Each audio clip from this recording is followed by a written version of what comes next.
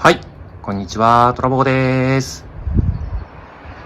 昨年の末から、なんやかんやとやってきたものが、ようやく4月中旬過ぎ、オイルタンクがつくところまでやってまいりました。ガソリンタンクに、キャブレターつなげて、今は、こんな感じです。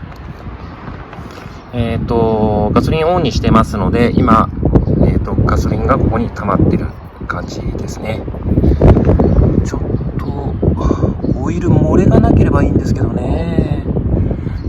はい。ちょっと様子を見て、オイル漏れを確認して、オーバーフローしてないかをチェックします。でその後問題なければ、ガソリンをかけていこうと思います。はい。ちょっと見えますかね。じんわりなんですけれども、ちょっとオーバーフローしているようです。そうですね。ここもちょっと反対側もね、ガソリンが、オーバーフローしているようです。なので、一回キャブレターを外して、もう一回ちょっと清掃をして再度取り付けたいと思います。マフラーをばらしてきました。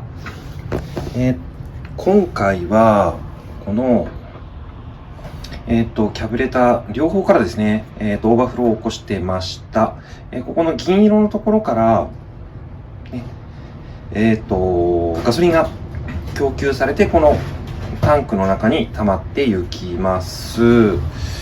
で、前回もご説明したんですけれども、ガソリンがこのタンクの中にいっぱい集まってきますと、このフロートが浮いてきます。浮いてくると、この小さい先っちょがですね、ちょっと黒くなってるんですけど、はい。こいつが、この金色のところに押し込まれてガソリンが止まるという仕組みになっています。で、今回オーバーフローした、原因、仮説なんですけれども、前回ここの、接地面を、ヤスリがけをして、オイルストーンでやったんですけど、そのクズが多分この中に残っていたんだろうなと思っています。で、ガソリンを本来こいつで密閉するところなんですけれども、ガソリンのカスがこの黒いところにくっついてしまって隙間が空いてガソリンが供給され続けてオーバーフローになったと考えています。なので一旦この下のところですね、こいつも外して中のフィルターから全部一旦掃除をして再度組み付けていこうと思います。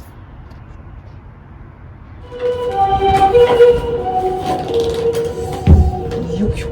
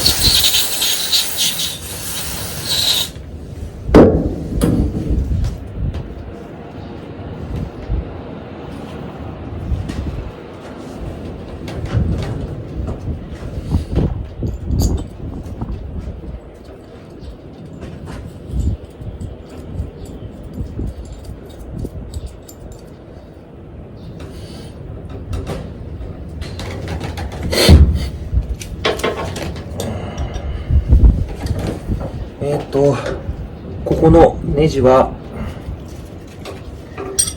16分の9、もしくは日本だと14ミリ。